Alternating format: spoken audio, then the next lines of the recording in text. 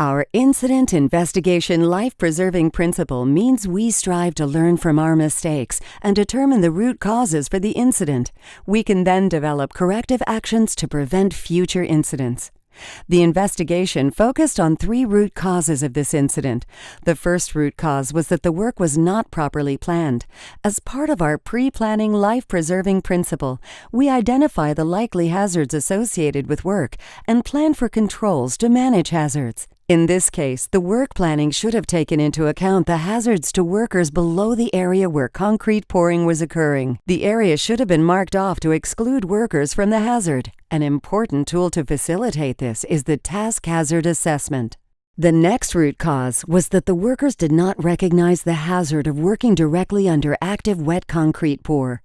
We endeavor to understand the task-related hazards for the work we are performing. As workers begin a new task, they should ask,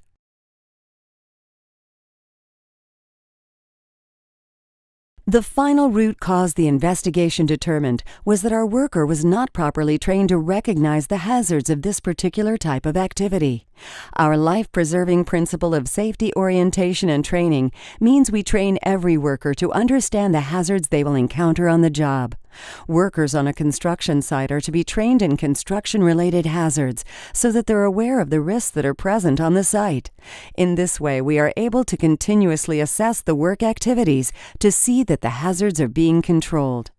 Management must assure that all aspects of the work activities are planned for, people are properly trained, and that we take the time to assure safety briefings are conducted on the site to describe hazards and controls to manage those hazards. If a stop work is called, the management team investigates and corrects the concern. As part of management commitment, we want to communicate what we learned with the leadership team responsible for the project or operations where the incident occurred. An executive incident review is vital to aligning the expectations of the leaders from the executive down to the line supervisor on understanding what happened and how it will be prevented in the future. Our ability to recognize hazards in the field, in an office, when driving, and at home will help us reduce the chances of an incident or injury, both on the job and off the job. Take care of yourself and your co-workers. We want to go home to enjoy our family and friends. We believe in safety for life.